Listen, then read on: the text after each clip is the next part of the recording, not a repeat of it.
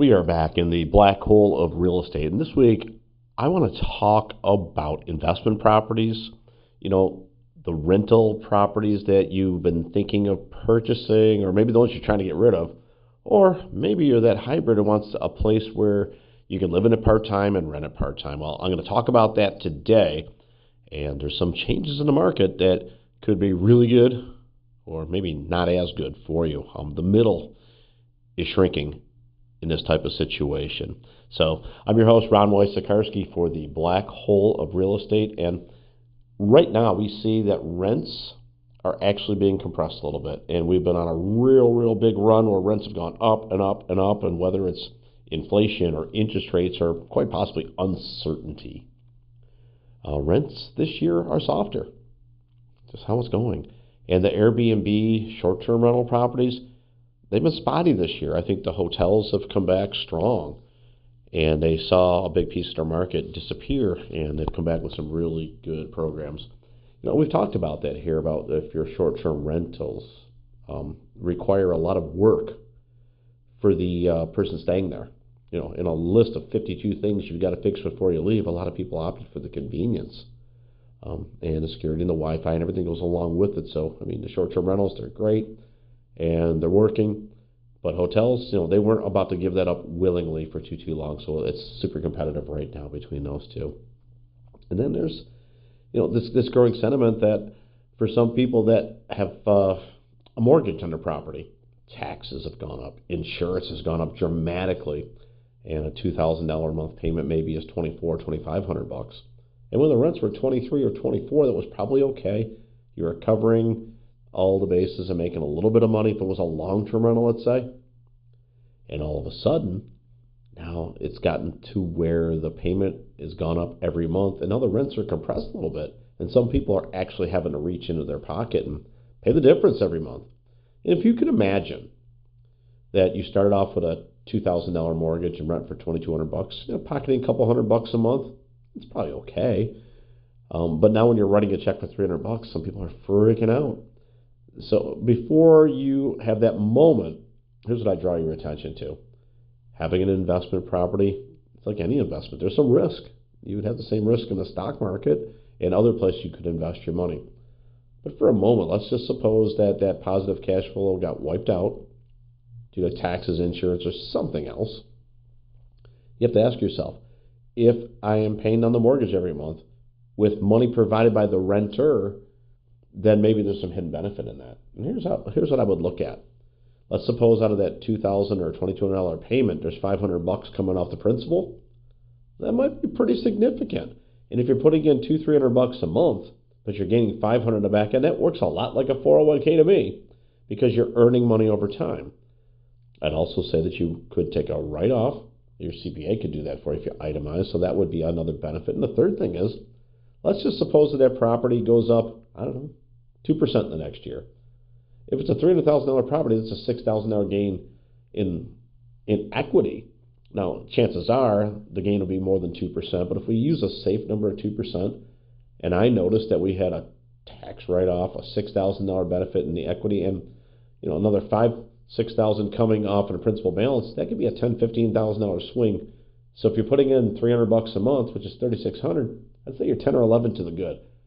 If you are an accidental landlord or someone renting right now that's having to contribute a little bit for a year, you might want to just hang on and hold out for another year.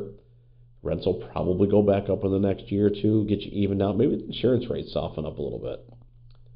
But my suspicion is whatever you're putting in there, you're getting it all back. And investment is something over time. I realize a lot of people want positive cash flow every month coming to them, and I get that. But if you're in it for the long game, I'm not sure I'd be selling too many of my rental properties at this time, unless I had a clear and present need for that capital to reinvest and deploy in some other vehicle that would get the returns that you're looking for. So if you're in that long-term accidental landlord investment property, it's not quite cash flowing anymore, that's the message for you, is before you make a hasty decision, really examine that. Now, if you're in the short-term rental game, a lot of the municipalities cracked down, and again, I think the hotel lobby probably had something to do with this, But there's revenue out there that the cities weren't getting from these short-term rentals, and they've put in a number of things like rental license and the hotel taxes, that 12% or whatever it is that goes on top in the hotels. Well, the short-term rentals should have had those too. So I think the city said, they said, listen, if you're going to short-term rent it, get a license. That's a fee. The county probably had something to say about that. And then there's taxes if it's less than 6 months, certainly in Florida. And so with the enforcement of that, it's bringing revenue to the table for the cities, and it's compromising the returns that, let's say, if you didn't have those licenses or weren't doing those things, it's cutting into the profit flow in the short-term rentals. And if you happen to get caught, or maybe in an area where you were doing it, where it's not even allowed, not that anybody's done that, then you're shut down. Now you've got a fully furnished house, and we see a number of people contacting us. I've got a fully furnished house to rent, and like, okay, you got caught, or something changed. But short-term rentals are a little softer right now.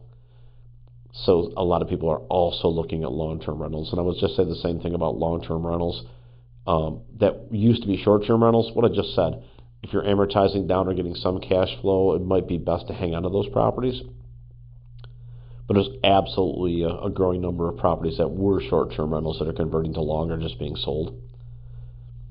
And now, if you're the investor type, but you're not really all in, or maybe it's your first one or two, I think for a lot of people the vision is, I'd really like to get a beach condo and stay in it when I want to, but rent it out all the other times. And my word of caution for you, or at least paint a picture, if you want to go down during holidays or popular times, where there's a NASCAR race or a spring break or some competition or the Super Bowl or whatever those things are, if you're going to travel to your beach place or your investment, short-term rental place, and stay there on all the good weeks, you're going to work against yourself as far as your income from that. And many people pre-plan to be there in the quieter months when maybe historically the condo or home you're buying doesn't rent as much. Maybe stay there when it's not as busy so you can absolutely enjoy it. Might be a little bit quieter and get around a little bit easier. You also get more cash flow for it. So it's the other side of it. If you want to rent it for 6 months and live in it for 6 months, not everybody's living on your timeline. So you may run into a couple of issues with that. I'd work in a real estate professional, and I'd really examine the timeline. If you're going to stay there 6 months and a day, you can't really have a 6-month lease unless you're going to alter next year's revisit time for yourself. And I think you want to really pre-plan those things. If it's a short-term rental situation where you can rent less than 6 months, well, then you're probably okay. I know for some people there's homestead or tax provisions on these beach places that they want to live there 6 months of the year. And it's not a bad strategy as long as you understand the availability and what's happening to both sides of the equation. The thing that really, really is standing out for me in these rental situations is that the professional investor, the one who has access to capital, whether it's business credit lines or cash in the bank, or maybe a mortgage where it's based on cash flow with different qualifying terms or lines of credit, there's some opportunity out there right now. There's absolutely some people out there right now that are just burnt out from renting. They've been through the whole repair cycle. Maybe it's not cash flowing what they want. They've got a number of properties, and they just need to liquidate some of it. And if you're an investor who's been waiting for an opportunity, I don't know that prices are necessarily coming down, but you will find someone that's a little more motivated. So I would always look at investment properties. I mean, you see something comes up that's attached to rent, I would take a look at it. And at the very least, know that there might be some opportunity to get less than the list price on that. And if it's a performing asset in your portfolio and you can add to it at a time when it's not running and gunning as fast as it was, that might be a really, really good add to your portfolio. Now, your financial advisor is probably going to have something to say about this, but we come up to the second half of the year where every year someone has to sell because our financial advisor says you need to sell because you made money here, or there's a reason that you want to do that. For other people, they need to buy.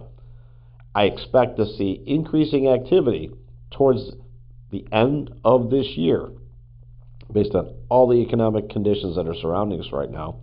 And I do believe there's going to be some bargains out there that make financial sense to both the buyer and the seller. I hope that you got a little bit of information to help you make a decision to either purchase that rental property, sell that rental property, or maybe just keep yourself on the fence now that you've got some information. I look forward to catching up with you next week on the Black Hole of Real Estate.